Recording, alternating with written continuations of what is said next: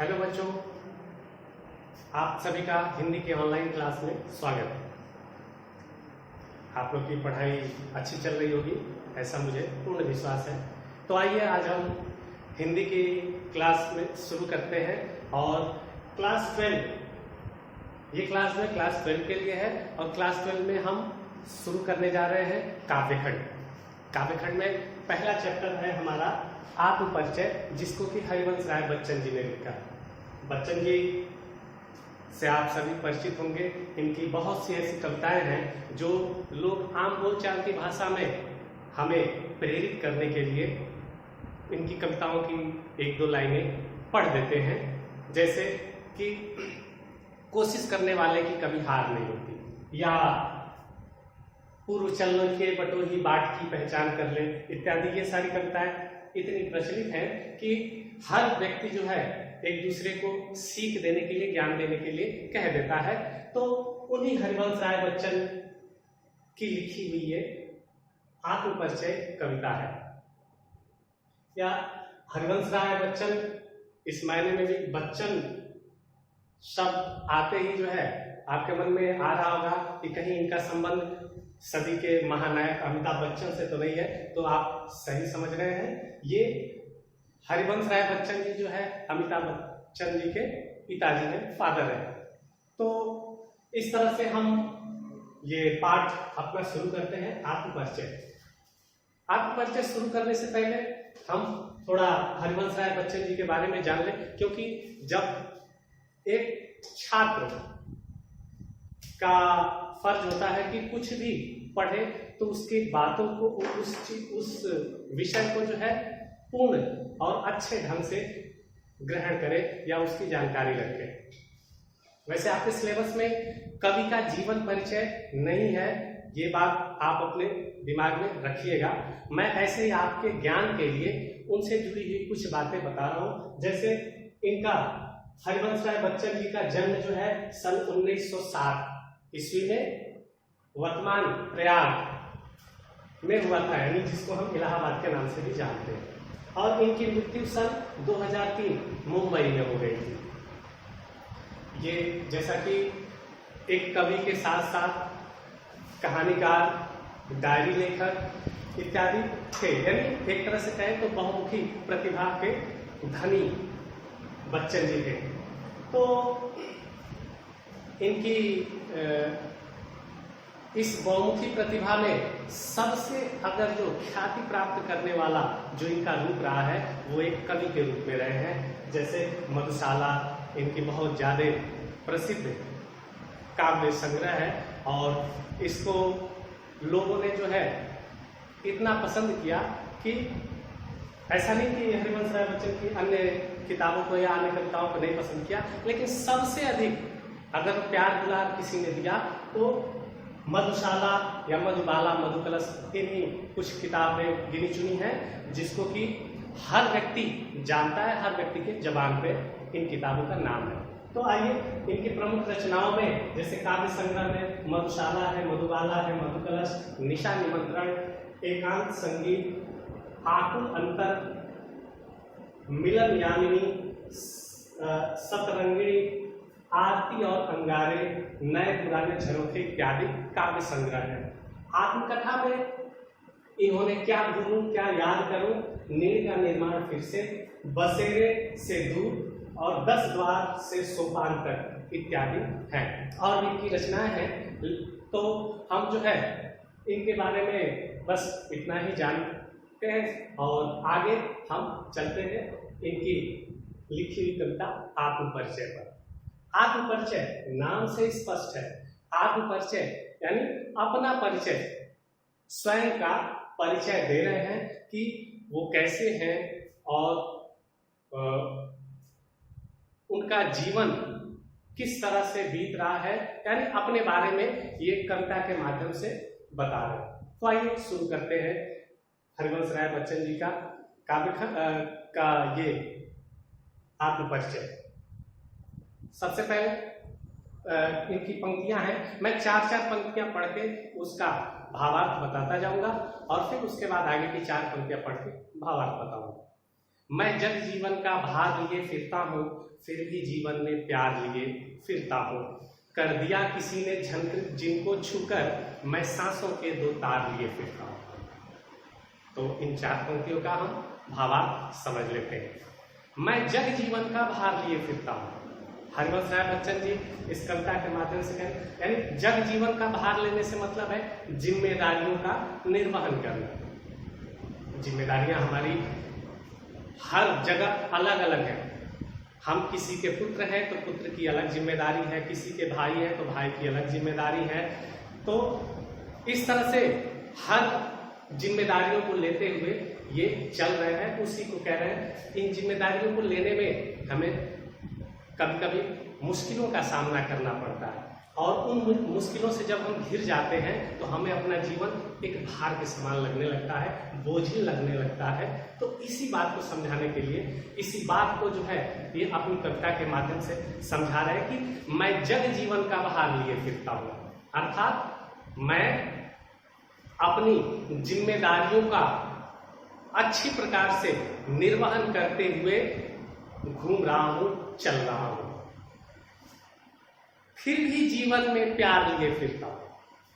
यानी कि जग जीवन का भार, यानी अपनी जिम्मेदारियों का निर्वहन कर रहे हैं और इस कारण से इन्हें तरह तरह के कष्टों या परेशानियों का सामना करना पड़ रहा है। इसके बावजूद भी फिर भी जीवन में प्यार लिए फिरता हूं।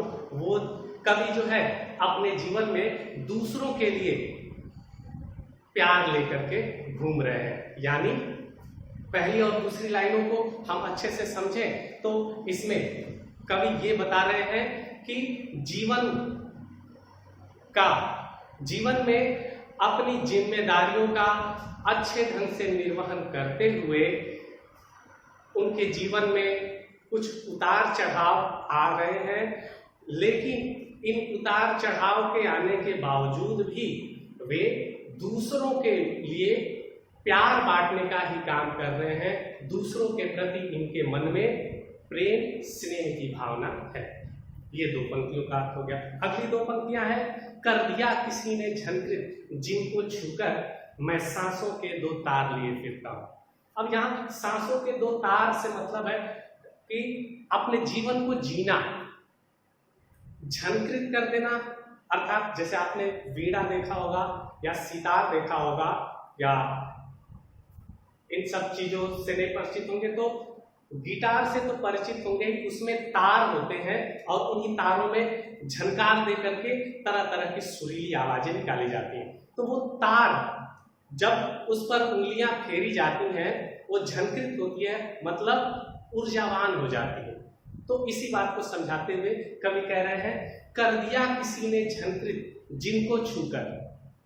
कवि कह रहे हैं कि उनके जीवन में जिम्मेदारियों का निर्वहन करते हुए दुख आ रहे हैं, लेकिन लोगों के लिए इनके मन में प्रेम की भावना है। साथ ही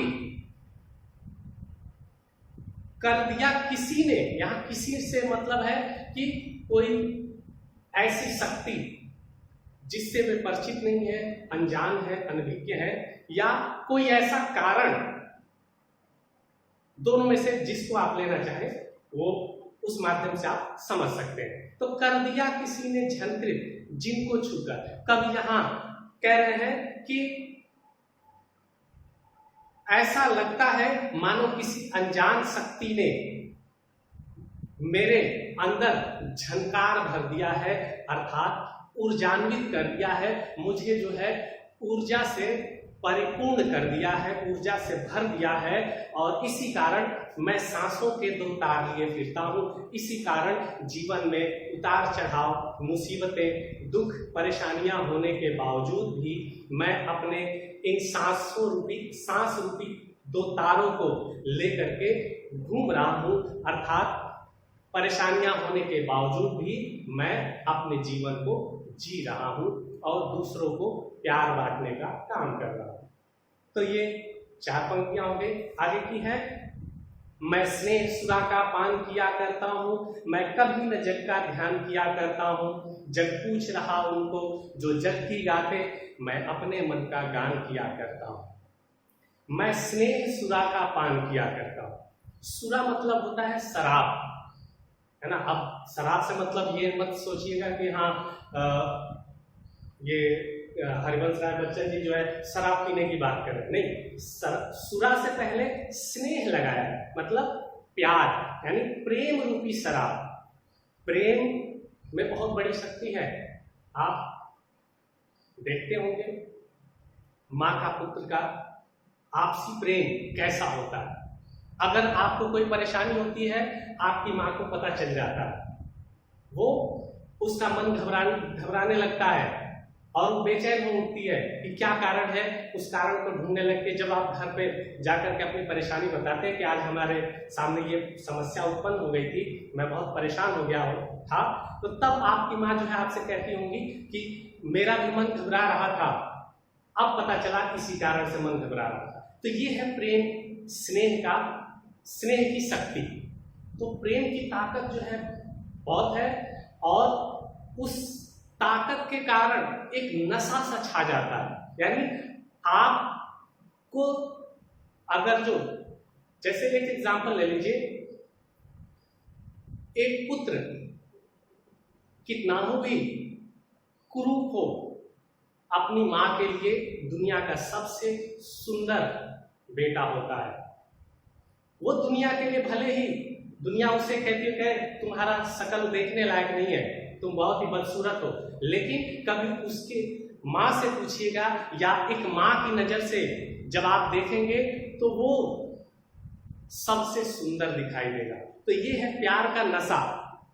तो प्रेम का नशा इसी बात को परिभाषित करते हुए कह रहे हैं, मैं स्नेह सुरा का पान किया करता हूं। कभी कह रहे हैं कि मैं जो है हमेशा पान करना, पीना, ग्रहण करना, यानी वो कह रहे हैं कि मैं हमेशा प्रेम रूपी मदिरा को ग्रहण करता हूं, उसको उसका पान करता हूं, कभी न जग का ध्यान किया करता हूं।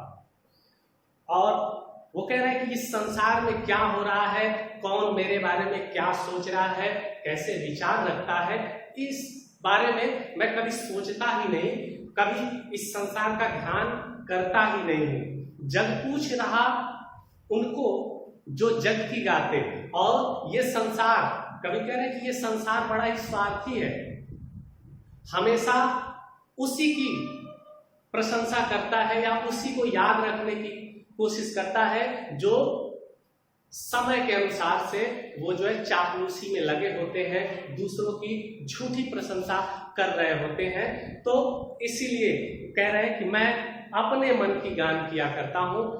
कह रहे हैं कि ये संसार जो है उन्हीं को पूछता है जो दूसरों की बेमतलब की चापलूसी इत्यादि करते हैं, इसीलिए वो किसी से कोई मतलब नहीं रखते और वो जो है अपने मन का गान किया करते हैं। यानी वो उन्हें जो अच्छा लगता है, किसी की परवाह किए बगैर वो जो है दूसरों का ध्यान नहीं करते, किसी की परवाह किए बगैर उस अपने मन के काम को करते रहते। ठीक, इतना विश्वास है, समझ गए होंगे। तो आगे चलते हैं हम। मैं निज उर के उद्गार लिए फिरता हूं, मैं निज उर के उपहार लिए फिरता हूं, है यह अपूर्ण संसार न मुझको भाता, मैं सपनों का संसार लिए फिरता हूं। अब यहां उर मतलब होता है हृदय। तो यहां बच्चन जी उनके हृदय में क्या चीजें हैं, इसी के बाद इसी को बताने की कोशिश कर रहे हैं और कह रहे हैं मैं निज उर के उद्गार लिए फिरता हूं। उनके उर से यानी उनके हृदय से क्या उद्गार होता है, यानी निकलता है, तो पहले ही बताया है, जीवन में प्यार लिए फिरता हूं। यानी उनके हृदय में जब प्रेम की भावना उत्पन्न होगी तभी तो वो जीवन में हर किसी के लिए प्रेम की भावना, प्रेम लेकर के घूम रहे हैं। तो उसी चीज को बता रहे हैं। यहाँ कहने का तरीका बस अलग है कि मैं निज उर के उद्गार लिए फिरता हूं। कह रहे कि मैं अपने हृदय से उत्पन्न हुई जो चीज है उसी को लेकर के घूम रहा हूं, अर्थात प्यार लेकर के घूम रहा हूं। मैं निज उर के उपहार लिए फिरता हूं। और वो कह रहे हैं मैं अपने हृदय के उपहार, मैं दूसरों के लिए उपहार लेकर के घूम रहा हूं। कैसा उपहार? तो अपने हृदय का उपहार, यानी हर किसी को वो जो है स्नेह प्यार बांटना चाहते हैं, अपने हृदय से लगा करके रखना चाहते हैं, अपने हृदय का दान करना चाहते हैं उपहार स्वरूप में, और इसी उद्देश्य के साथ वो जो है सबसे प्रेम से मिलते चल रहे हैं। है यह अपूर्ण संसार न मुझको भाता, कवि कह रहे हैं कि ये संसार जो है कहीं ना कहीं आधा अधूरा है, अपूर्ण है, और इसी अपूर्णता के कारण ही उनको अच्छा नहीं लगता है ये संसार, और इसीलिए वो जो है मैं सपनों का संसार लिए फिरता हूं, वे अपने सपनों में ही मस्त रहते हैं, और इसके माध्यम से वो कहीं ना कहीं ये बताने की कोशिश कर रहे हैं या ये संकेत दे रहे हैं, एक कवि कैसा होता है, काल्पनिक होता है, और कल्पना से घिरा हुआ व्यक्ति जो है स्वप्न देखता है, वो जहां बैठा रहेगा वहां किसी न किसी विषय के बारे में कल्पनाएं करता रहेगा, चिंतनशील रहेगा, और उसी चीज में वो खो जाता है।